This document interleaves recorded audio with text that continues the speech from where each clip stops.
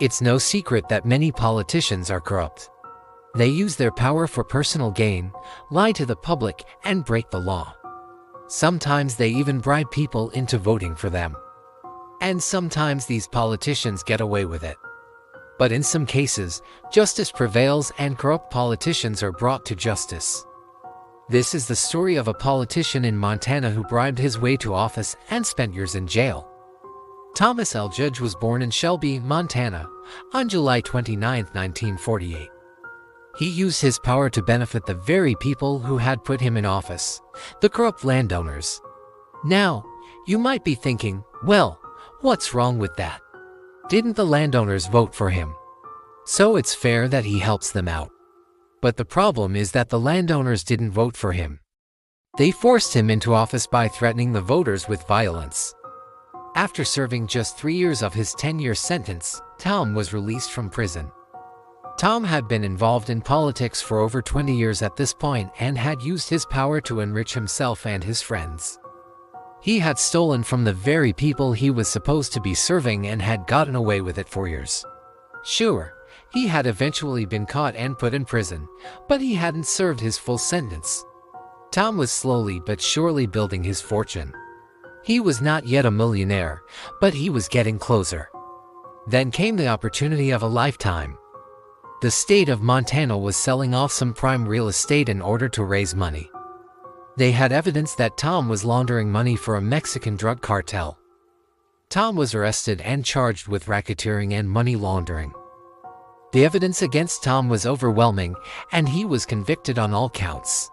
The judge was furious and sentenced Tom to 20 years in prison. This was a long time for an old man like Tom.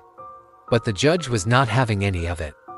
He had seen enough of Tom's corruption and greed and wanted to put an end to it once and for all. This was Tom's chance to finally become a millionaire. He put everything he had into bidding on the land and won. Tom had bought the land for a fraction of its value, and he was now officially a millionaire. He had been pardoned by the governor and allowed to keep the money he had stolen. He had the money to buy anything he wanted and was no longer working on jobs to survive. However, Tom was not content with just enjoying his wealth. All of the money he had made through his corrupt dealings was confiscated and used to fund anti-corruption programs. This was a fitting end for a man who had spent his entire life stealing from others. Tom died in prison at the age of 72. He had lived a long and corrupt life and had finally gotten what was coming to him. He wanted more. He began investing in casinos and strip clubs, and was even involved in some illegal activities. But Tom was careful to keep his name out of the news.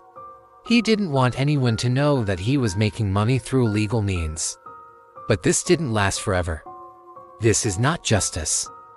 This is not accountability. This is not what happens to criminals. This is what happens to politicians. But why was he released early? Well, it turns out that the governor of Montana had pardoned him. After being released from prison, Tom went on to live a very quiet life. He stayed out of the public eye and didn't make any major waves. However, he never gave up his dream of becoming a millionaire. In fact, Tom would often talk about how he was going to make a comeback and become even wealthier than he was before his arrest. But everyone around him knew that this was just talk. Tom was a convicted felon with a reputation as a corrupt politician. No one was going to trust him with their money. So Tom was forced to work odd jobs to make ends meet.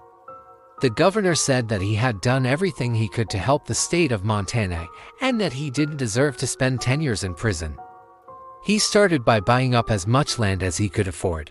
He didn't have a lot of money to work with, but he was able to purchase a few small plots of land around Montana. Tom then began selling off pieces of the land to developers. He didn't make much money from this, but it was enough to keep him alive. However, Tom was not satisfied with his small profits. He wanted more. So, he came up with a new plan. Tom was set free and allowed to get on with his life. That's right. The landowners had threatened the voters, promising that if they didn't vote for Tom, they would face dire consequences. The voters were scared and had no choice but to vote for Tom. In other words, Tom had been elected through threats and coercion, not by the free will of the voters. He was the son of a local farmer and was raised in the small town of Cutbank, which had a population of just over 1,000 people. Something had to be done to stop it. Enter the FBI.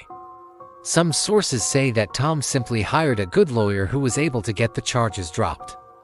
Other sources say that Tom had a lot of dirt on the FBI agents who were investigating him and was able to blackmail them into backing off.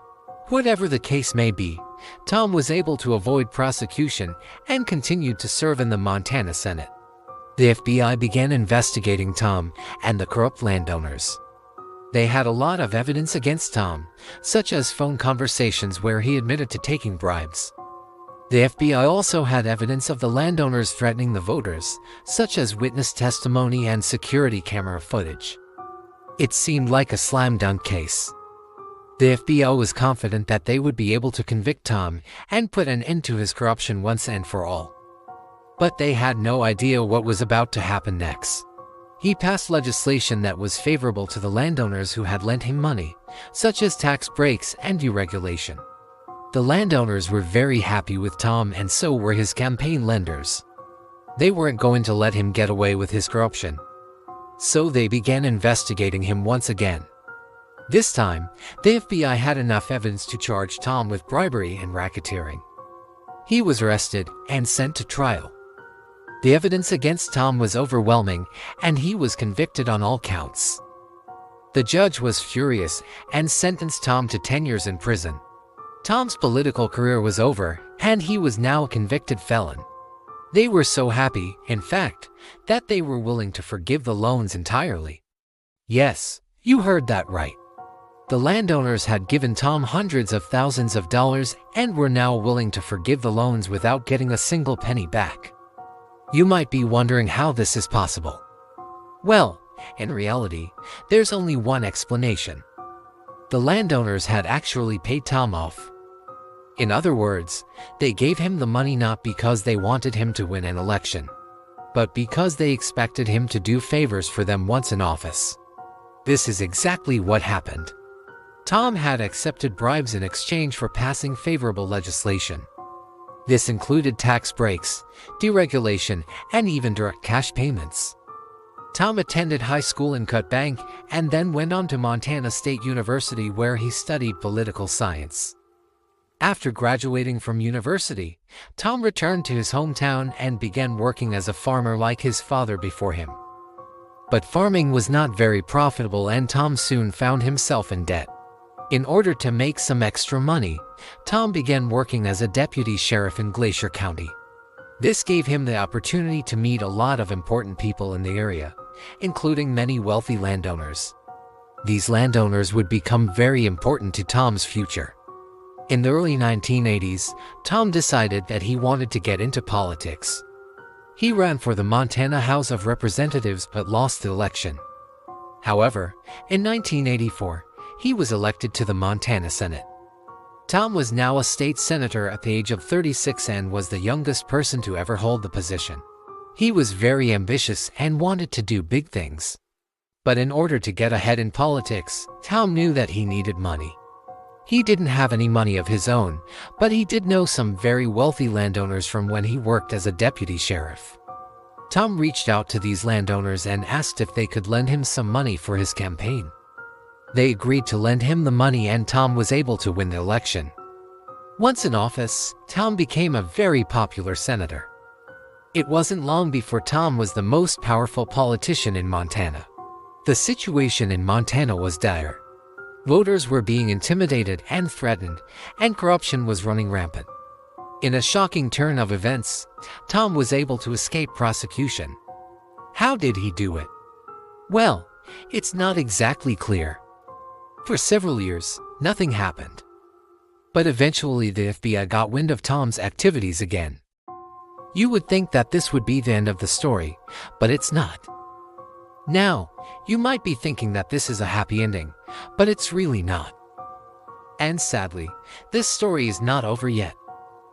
But Tom was not giving up.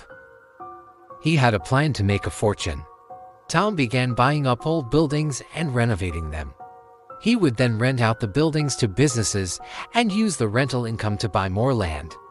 Tom was finally living the life he had always dreamed of. One day, the FBI raided one of Tom's casinos. Tom was sent to prison and his fortune was seized by the government. If you enjoyed this video, please subscribe for more content.